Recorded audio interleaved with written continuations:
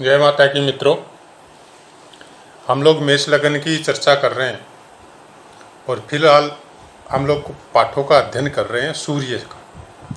सूर्य देव मेष लगन में कौन से स्थानों पे होने से कैसे हम लोगों को फल प्रदान करते हैं, किस तरह से हम लोग सूर्य देव को समझ सकते हैं, कैसे प्रिडिक्ट करें। हालांकि बहुत से चैनल वगैरह में भी इनके पाठ आपको मिलेंगे। मैं कोई दावा तो नहीं करता, लेकिन मेरे पाठ उस तरह से नहीं आते, पुण्य मैं देता हूँ उस तरह से, क्योंकि अगर मैं उन पाठों को खुद ही नहीं समझता हूँ तो फिर आपको क्या समझाऊंगा।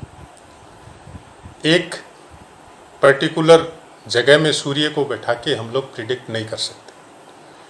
उस भाव का अपना कारकत्व होता है, सूर्य का अपना है, उस राशि का अपना है, और उनसे कनेक्टेड जो नक्षत्र आते हैं उस राशि के अधीन, उनका अपना है। फिर सूर्य का अपना बल है, कौन से अंशों पे वो गोचर कर रहा है, वहाँ पे किस अंशों पे बैठा हुआ है, कौन से नक्षत्र में है। तो मेरा पाठ देने का कारण भी यही है कि सबको सम्मिलित करके हम लोग कैसे समझते हैं। आपने देखा होगा इस चैनल में सबसे ज़्यादा नक्षत्रों के विषय में बताया गया है। उसका कारण भी यही है कि जब तक हम लोग नक्षत्रों को नहीं समझेंगे तब तक ग्रहों को समझना आसान नहीं है, क्योंकि नक्षत्रों के फलों के कारकत्वों से ही कनेक्टेड ग्रहों के कारकत्व मोस्ट प्रोबेबली मिलते हैं, या फिर जिस स्थान पे वो जिस राशि पे बैठते हैं उनको मिलाया जाता है वहाँ। अब मेष आपका लगन भी हो सकता है, मेष आपकी राशि भी हो सकती है, दोनों पे ये इफेक्ट करेगा ये फल जो सूर्य का मैंने बताया है। आज बात कर रहे हैं 7th हाउस की। आपने देखा होगा मैं किसी भी पाठ में कोई योग की चर्चा नहीं करता। हंस योग है, भद्र योग है, लक्ष्मी योग है, ये सब चीज़ों की मैं चर्चा नहीं करता, क्योंकि ऐसे बहुत से योग बनते और बिगड़ते रहते हैं। हमारा जोर केवल इतना रहता है कि आप उस ग्रह को और उस राशि के नक्षत्रों को और उस भाव को समझ ले। योग तो बहुत आसान है समझना, और योग का नाम अगर आप नहीं भी समझते हैं और उस भाव नक्षत्र ग्रह को पूरी तरह समझ गए तो आपको पता चल जाएगा कि कौन से स्थान में कौन से ग्रह और किस राशि पे किस नक्षत्र पे कितने अंशों पे बैठेगा तो वो कैसा फल आपको प्रदान करेगा। फिर योग नाम क्या है उसका कोई औचित्य नहीं रह जाता है। जब आपको फल समझ में आ गया, योग कुछ भी हो सकता है, योग से कोई मतलब नहीं, चाहे वो गज केसरी योग हो, चाहे आज के वर्तमान काल में विष योग बताया जा रहा हो। ऐसी बहुत सी भ्रांतियाँ हम लोगों को ज्योतिष में देखने को मिलती है कि आपका ये ग्रह केंद्र में बैठ गया, आपको ये योग है, आपकी बल्ले बल्ले हो गई। जाके देखते हैं कि जातक के पास कुछ नहीं है। सुनने में तो बहुत अच्छा लगता है, लेकिन प्रैक्टिकल में देखते हैं तो कुछ नहीं है।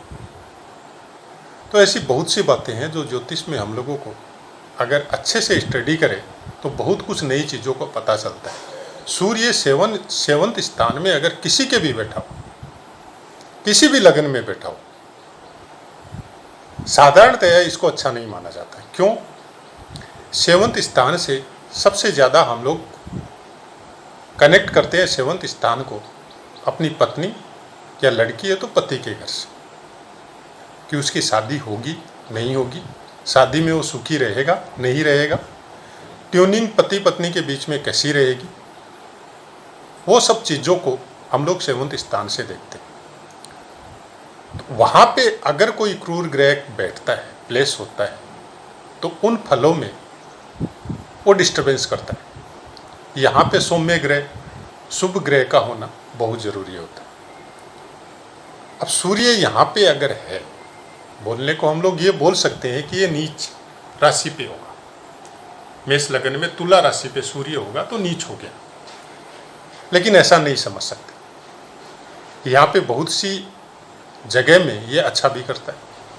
हाँ, ये बात सही है, पति पत्नी का संबंध बहुत कुछ भावनाओं पे, इच्छाओं पे और एक दूसरे के प्रति प्रेम के ऊपर निर्भर करता है, जिसका कारक सूर्य नहीं है। और सूर्य अपने कारकों से के अलावा कुछ नहीं देता। सूर्य जो भी देगा अपने कारकत्व से संबंधित और उस नक्षत्र से संबंधित मिक्सअप करके देगा।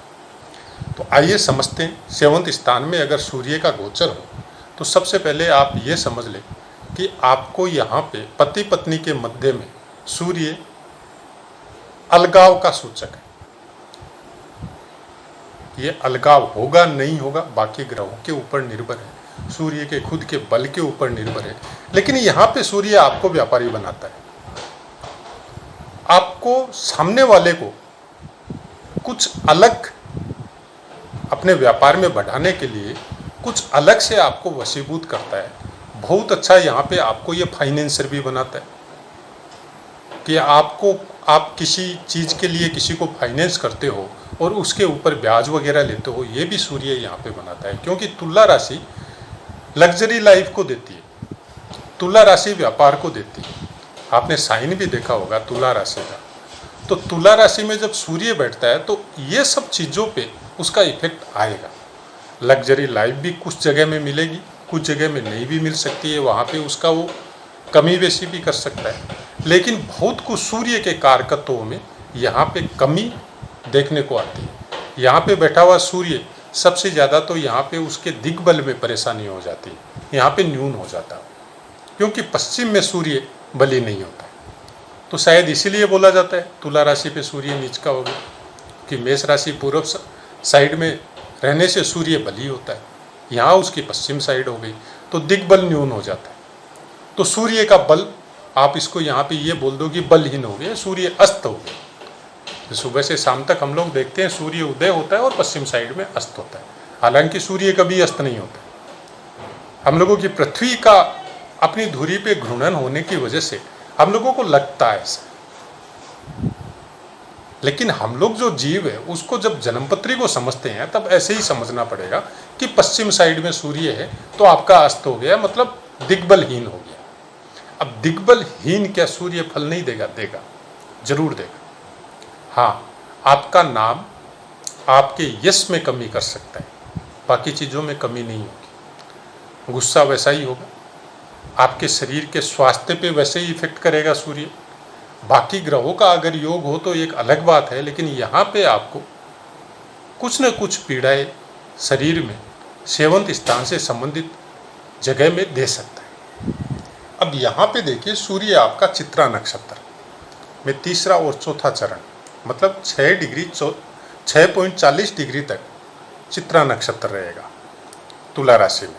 तो चित्रा नक्षत्र में अगर 6.40 डिग्री तक अगर सूर्य है तो यहाँ पे आप उसको, विषम राशि है तो आप ये समझ लो कि आपका कुमार अवस्था में, क्योंकि 6 डिग्री क्रॉस हो चुका है, तो कुमार अवस्था में 6 डिग्री के अंदर है तो बाल अवस्था में रहेगा।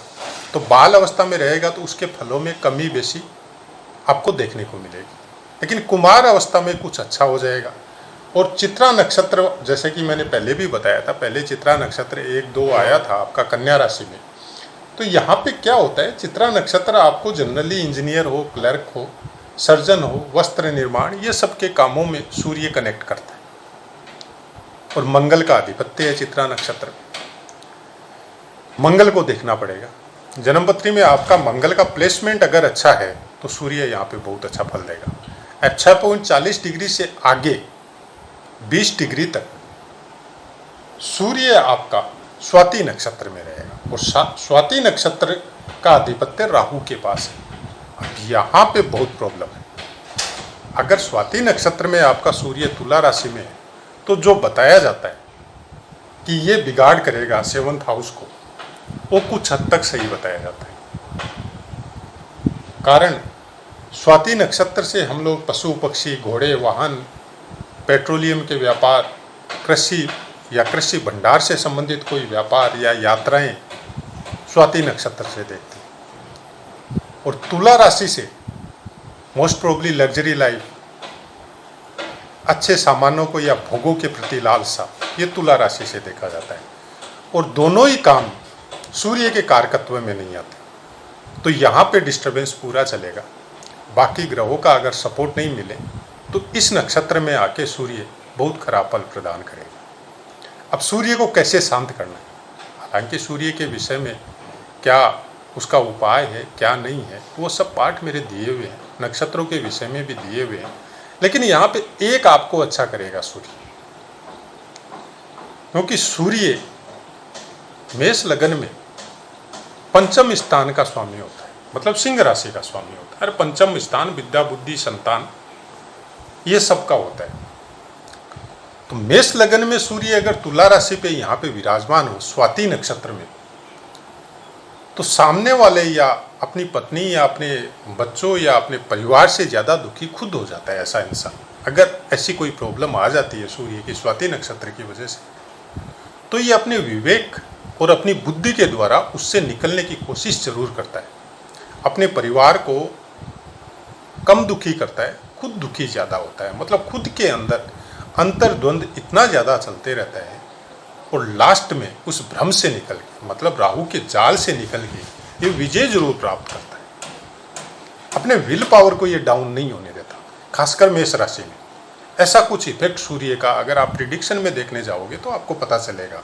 आप अभ्यास करोगे तब आपको पता चलेगा कि आप मेष राशि या मेष लगन की कोई कुंडली उठा के आप देखिए कि किसी के सूर्य अगर तुला राशि में 7वें स्थान में है तो उसकी लाइफ में उसके साथ क्या क्या हुआ। जब आप कहानी सुनेंगे तो आपको पता चलेगा कि सूर्य यहाँ पे आपको डिगने नहीं देता है।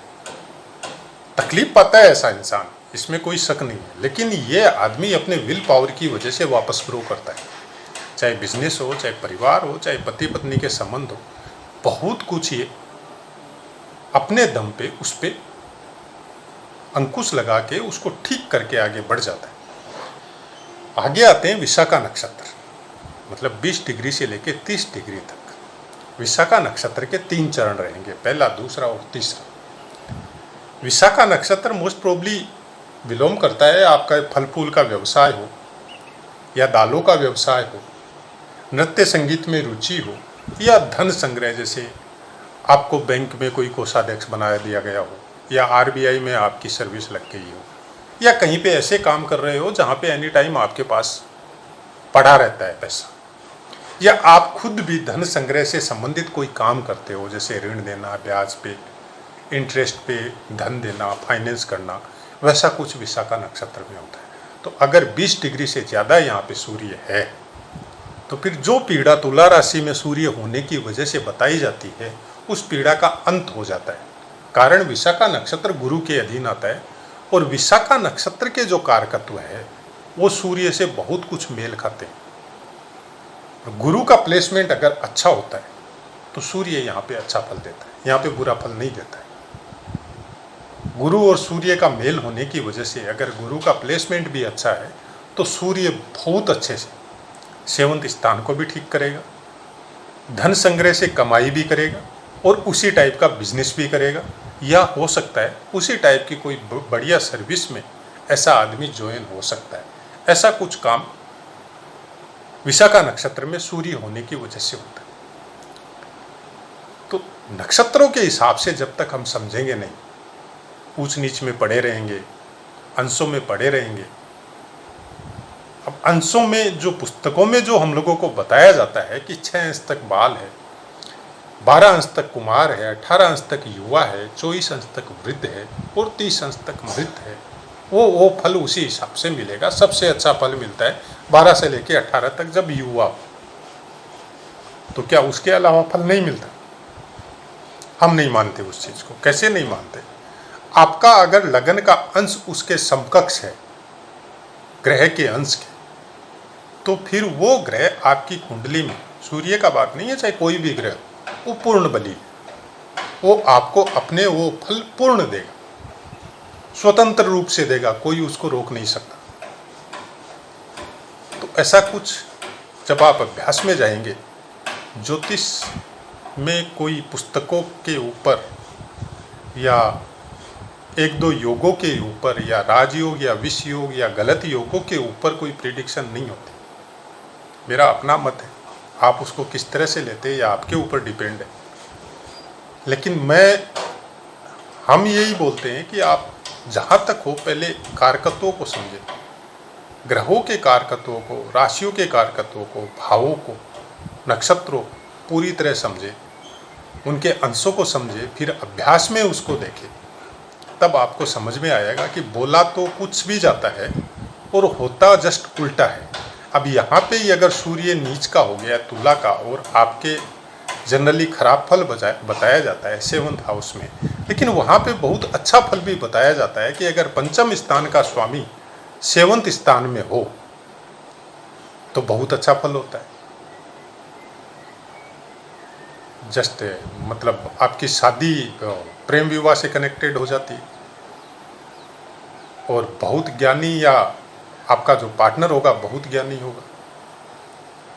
ज्ञान के मामले में मतलब आपको भी क्रॉस करेगा, ऐसा कुछ फल भी आता है। तो किस तरह से समझेंगे? क्या 7th स्थान में खराब होना समझेंगे या पंचम स्थान का स्वामी 7th स्थान में प्लेस हो गया वो समझेंगे? यही सब समझने के लिए मैंने कोशिश की है हालांकि, लेकिन इतना आसान नहीं है। एक 15-20 मिनट का वीडियो बना के सब चीज़ों को समझाना इतना आसान नहीं है। इसके लिए अभ्यास की ज़रूरत है। जितना ज़्यादा आप अभ्यास करेंगे उतना ही ज़्यादा ये ज्ञान में आपको बढ़ोतरी होते जाएगी। तो आशा है मित्रों, पाठ से संबंधित कोई क्वेश्चन हो आप मेरे को कमेंट करें। 100% मैं आंसर देने का कोशिश कर भी रहा हूँ और दूंगा भी। अब अपनी वाणी को विराम देते हुए आपसे आज्ञा लेता हूँ। जय माता।